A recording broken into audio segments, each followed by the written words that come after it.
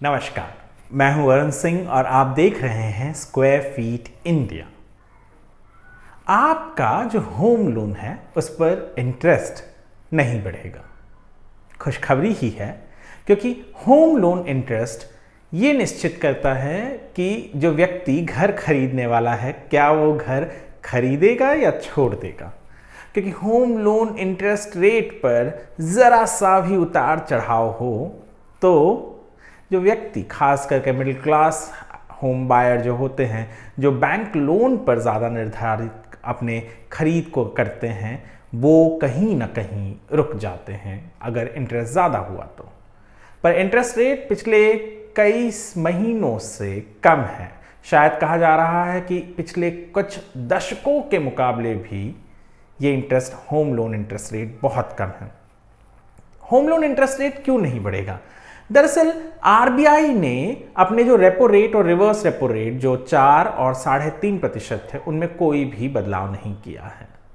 तो repo rate जब नहीं बढ़ता है, रिवर्स रेपो रेट जब नहीं बढ़ता है, तो उसका जो असर होता है वो होम लोन इंटरेस्ट रेट पर नहीं दिखता है।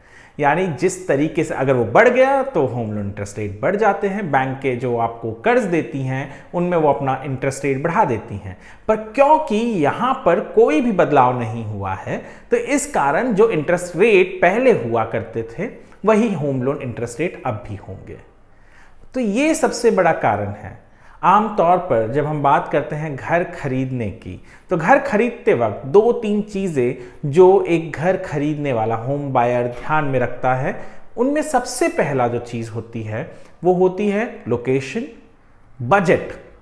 और बजट जब वो डिसाइड करता है तो बजट में 2 फैक्टर हो जाता है। एक फैक्टर होता है कि उसने अपने पास खुद के पास से कितना पैसा उस घर खरीद में वो लगा सकता है, और उसके अलावा वो कितना लोन ले सकता है। लोन भी बहुत बड़ा एक सबसे बड़ा फैक्टर, खास करके middle class, upper middle class family के लिए जो घर खरीदने जाते हैं उनके लिए लोन बहुत बड़ा किरदार निभाता है, एक बहुत बड़ा फैक्टर होता है जब वो घर खरीदते हैं। क्योंकि आज के खास करके एमएमआर और बड़े बड़े शहर जो हैं, मेट्रोज जो हैं, वहाँ पर कोई भी व्यक्ति करोड़ों रुपए मिडिल क्लास और अपर मिडिल क्लास में नहीं रखता, करोड़ 2 करोड़ की वो इमीडिएटली घर खरीद ले, 1.5 करोड़ की इमीडिएटली घर खरीद ले। उसे लोन पर बहुत ज़्यादा निर्भर रहना पड़ता है, और लोन जो है वो निश्चित आपके सैलरी पे होती है। और उसके अलावा आप क्या वो जो इंटरेस्ट रेट के हिसाब से आपका जो लोन अमाउंट है, जो आपको ईएमआई देना होता है, क्या आप वो भर पाएंगे? जब इंटरेस्ट रेट कम होता है तो लाजिम है ये बात कि आपका जो ईएमआई है वो भी कम होगी। जी हाँ, अगर इंटरेस्ट रेट बढ़ेगा तो आपका ईएमआई बढ़ेगा, आपके ऊपर ज़्यादा भार पड़ेगा। इस कारण जो व्यक्ति समझिए 50 लाख का लोन ले सकता था, वो इंटरेस्ट रेट कम होने पे उसको बढ़ा कर लोन ले सकता है, क्योंकि उसकी ईएमआई भरने की काबिलियत, कैपेसिटी ज़्यादा हो जाती है।